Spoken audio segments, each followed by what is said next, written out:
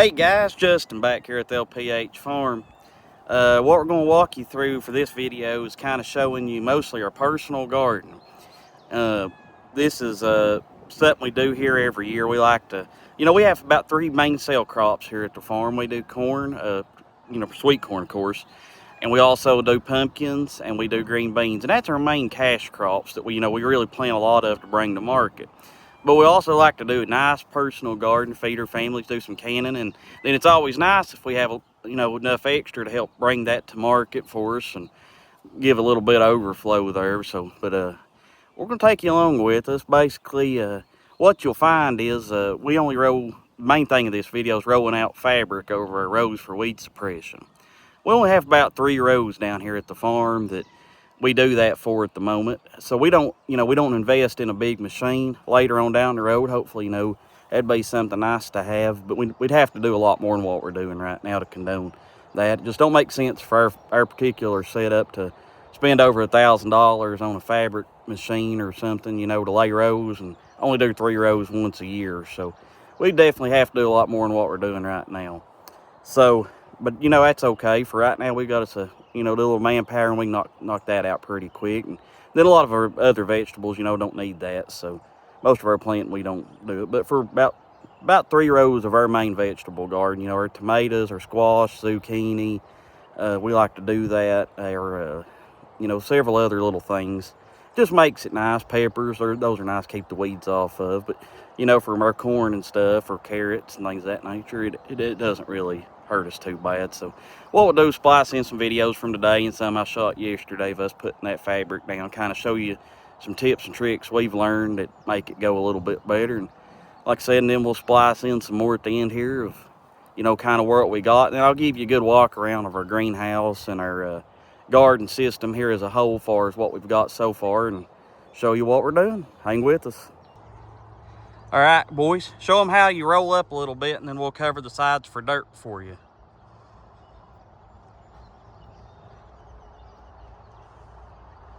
We'll let them get so far up, and then they'll stop.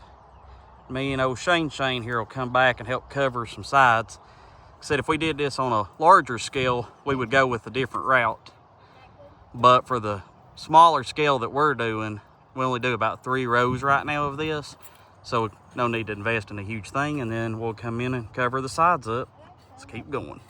All right, everybody, we're getting toward the end of the last row, so we're only doing 3 rows of this. Keep going, boys. Let's finish it up. No, don't finish it. That's true. All right, hold right there, guys. Let's get caught back up again. All right, I better help him. All right, guys, we've got our 3 rows put in. As you can see, those turned out not too bad. They're definitely not as tight and stuff as if you had the machine to do it. But if you're like us, you're only doing 3 rows. Buying a $1,000 machine to use once a year just doesn't really make sense for us at this point. But maybe if we do more in the future, it would definitely be cool to have. But in the meantime, it's turning out pretty good. So now, as you can see, we're about ready to start putting in the holes to put the plants in. One thing you've noticed is the hills that were in it. Those were already pre-put in with our 140. We just disced the hills in first. That way we have a good straight line to follow. Now that that's all in the ground, we're sitting here starting to put our holes in. We're going to show you kind of how we do it. Again, there's some very professional methods that do a different job of this. But what we're doing is the trick of buy you a metal coffee can, tie your stick to it. Be careful because it's going to get hot, and heat the end up with your torch. As you can see what Shane's doing here, that right there, just get it good and hot. You can usually burn maybe 2-3 holes depending on the fabric type and how hot it is, and wind outside, those kind of things. I think we're getting about 2 to 3 right now before we need to do a reheat. So keep in mind, you don't have to put a lot of pressure on that. It should be hot enough to just cut. You can see Shane's really not bearing down on them, and it's cutting them. So yep, that's a pretty good little trick. I've seen that from another guy on Facebook, and definitely works good. So pick back up and try to get all of our holes in and keep trucking. So what we're doing here is Shane's going ahead of me. He's drilling, he's using an auger on his drill there and going ahead and pre-drilling the holes. and now we're coming through doing plants. We've kind of got a mix of some we bought from the store and some we started from seed. They're going to be different, you know, hopefully different age groups as we go, and that'll kind of increase harvest too. So, but that's we'll kind of get all these planted. Like this whole row is going to be tomatoes. Now this row over here we direct seeded. We've got half cucumber, and then it goes into squash, and then into zucchini. And what we're going to end up with over on this row eventually will probably be peppers and maybe some more tomatoes. We may have some extra slots, and we'll just kind of fill them in and see how that goes. Can they eat it? No, he didn't. Hey, mate. Same thing, Jacob.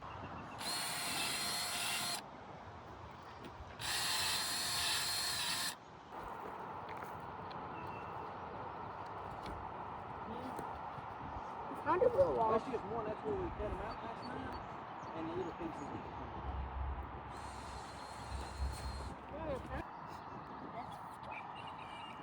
Okay, now cover it up.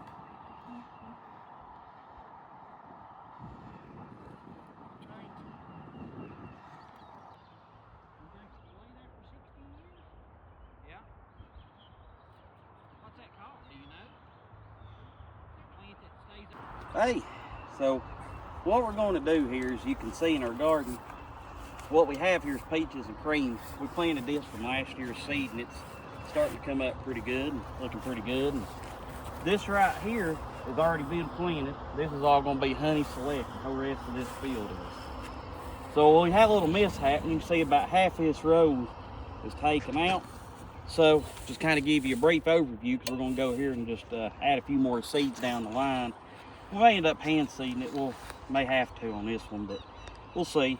What we normally do is we run one of these. This one's a Vevor brand planter, but it's basically the same concept as the the Earthway planters and anything similar to that. And you can switch your plates on the inside here out for different kind of seed. This particular seed in there right now is the corn plate. So what we're going to do is we'll run down through here and may just go ahead and kind of skip this first little section and pick back up. We'll let Park try to see if he can run the planter yet. He's getting about the right age for it. So just kind of, this end up row will be a little bit cantankerous, because it's probably going to be about half peaches and cream and half honey select, but that's okay. I just hate to leave a bunch of bare dirt and not have a lot of corn in there. So put a little seed in there. We'll give this a try. So.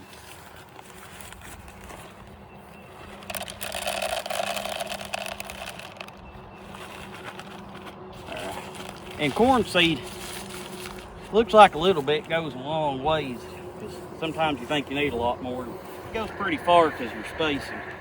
Park, you want to give it a try? Okay. Come here and I'll show you. So it's going to be Park's first time using this seeder. So we're kind of walking you through it here.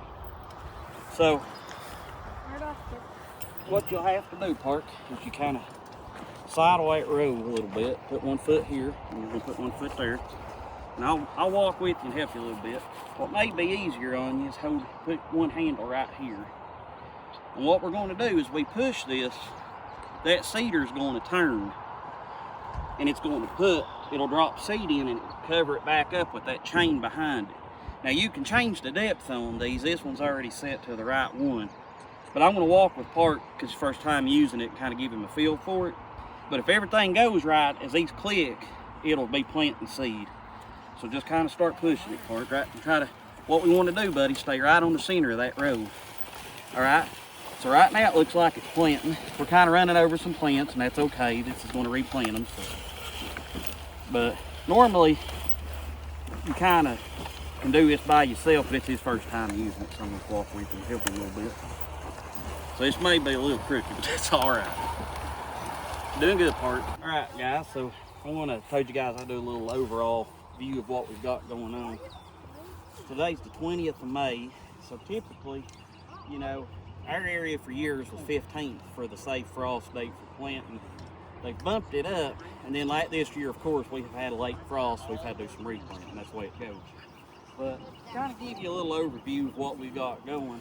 So this year we've cut way back from years past, because we used to do several more patches of vegetables, but we kind of got a better feel for how much we can sell and what we really need. And then we converted a lot of our old stuff. We're going back to sheep pasture. So I know I've noted that on part of the video already, but we're gonna have Honey Select corn, and that's going then we're going to convert over into peaches and cream. Like I said, we just finished up some seed here we had last year. Didn't want it to go to waste, and it came up real good. So don't be hesitant to keep a little seed in the freezer and reuse it. Obviously, it does real good. We do it year after year. So then as we come down here a little bit, we're going to go into our potatoes. They're doing all right. They hit a pretty bad spell of drought and pretty bad spell of a late frost, but overall they bounced back just fine and they're doing good.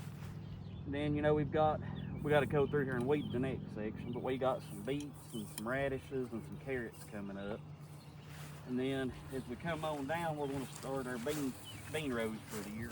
Each row here is about 100 to 115 feet long, something around in there. So we got 2 rows of half runner green beans. You see they're starting to come up a little bit. And we actually did an early planting of these this year, and unfortunately we got that late frost and it burned them, so we had to kind of restart. Once these get coming up a little bit and get going good, what we'll do is we'll come back.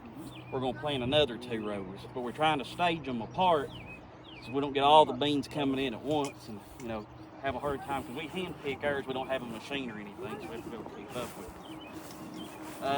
This row right here, we're going to see how they do coming up, because we've got a row of sweet potatoes in, and it got real dry and hot the last couple days. We've got some rain coming, so hopefully they'll bounce back and do good for us. Then we transition to about half peppers, half tomatoes, a 4 row of tomatoes. Then we got a row of cucumber, squash, zucchini. All right, and then over here we ain't finished tilling yet. This is going to be our pumpkin patch for the year. And way down on the end there's 1 row of onions we put in way earlier in the season. They're growing real nice. But we'll come in with the tiller now. So what we've learned from last year and years previous is we were putting our rows pretty too close together. Now that's real good for corn and potatoes and stuff. It ain't no problem. We can run them with the cultivators.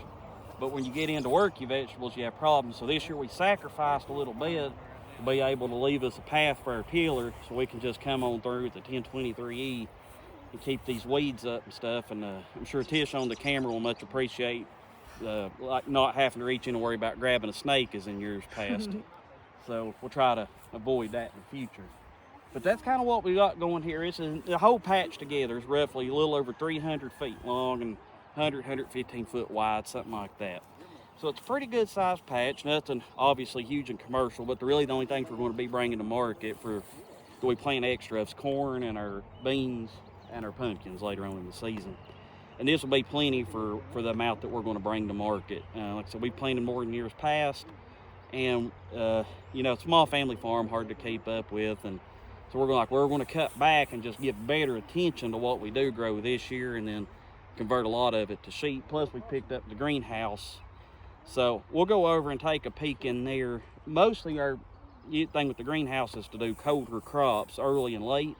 We don't usually typically going to plant in the summer because we got everything out here, but we are going to try a little experiment this year. The boys wanted some cantaloupes and watermelons, and we've had a hard time growing them in our area. They're real finicky to grow either one.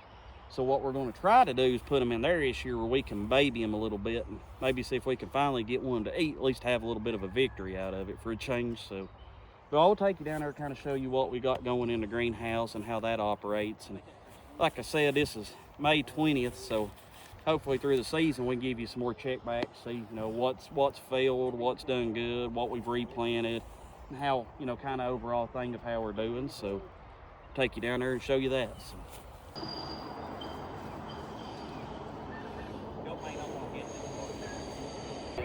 So give you guys a little thing about what we're doing on the greenhouse.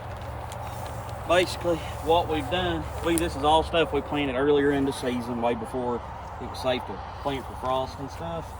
We still had a little issue with that late frosting. It stunted some stuff, but most of it's came back. So basically what we've got in here is we've got a mix of cabbages, and we've got some Brussels sprouts, we've got some broccoli, some cauliflower. It's looking pretty good. It's a little later than what we'd want it to be. We were hoping it would come in a little sooner, but like I said, everything got set back a little bit. The way we run ours, I think Tish has explained that in another one of our videos, is we run a water pump out of the river and it generates in. It's got on a sprinkler system, waters everything. One of the things we want to do in the future is kind of go along the edges here and put us up some tables and kind of get these weeds completely eliminated around the side, because we got ground mat, which takes care of most of the middle, but you got that little strip around the edge. Are we allowed to do that right now, or do we have to wait because of the grant? You gotta wait. I think we're okay to do it as long as we're just starting vegetables. But we use this. We actually went in with the USDA on a grant on this. We have to plant in the actual earth. So what we can do is put some little tables just to work off on and start plants. But when they get big, they need to go into the main ground. So that's kind of our plan for that. So kind of you know, you sign up for 5 years if you decide to do a USDA project on one of these, and they help fund them. And with this particular greenhouse kit was from Grower Solutions. Really, really good quality. I'm not gonna lie, it was a really tough build to put up just because of the heights.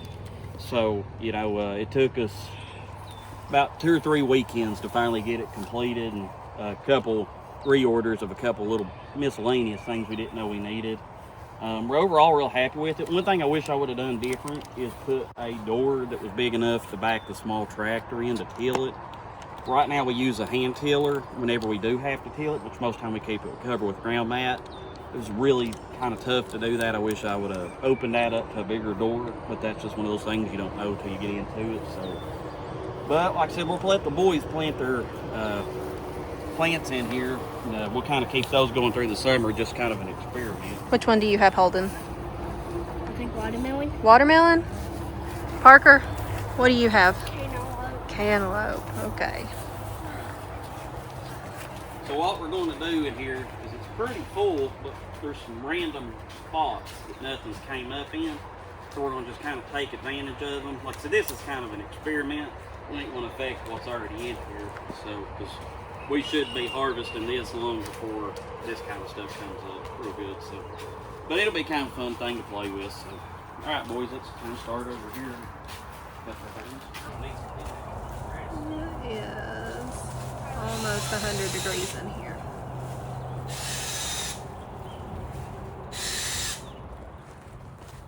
Okay. When am I gonna do it? Yep, we're gonna start here. What do I do with this? We'll take it back over. Here you go. Yeah, I'll hold it for you. I'll go get me. Alright, Where's the water in your truck station? They're in the truck bed. Okay. How do you do this? I have to get that first. When they check the thing, I'll go ahead and get the next one. Oh, okay. There you go. How do you That way do y'all can that? just come right behind How and do you do that? You just boogie put it boogie.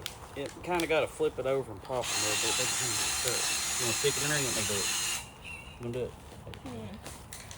Push that dirt back around there. How many you got? 4? Yep. Yep. Should be 3 more. Just sort of a little bit. Okay.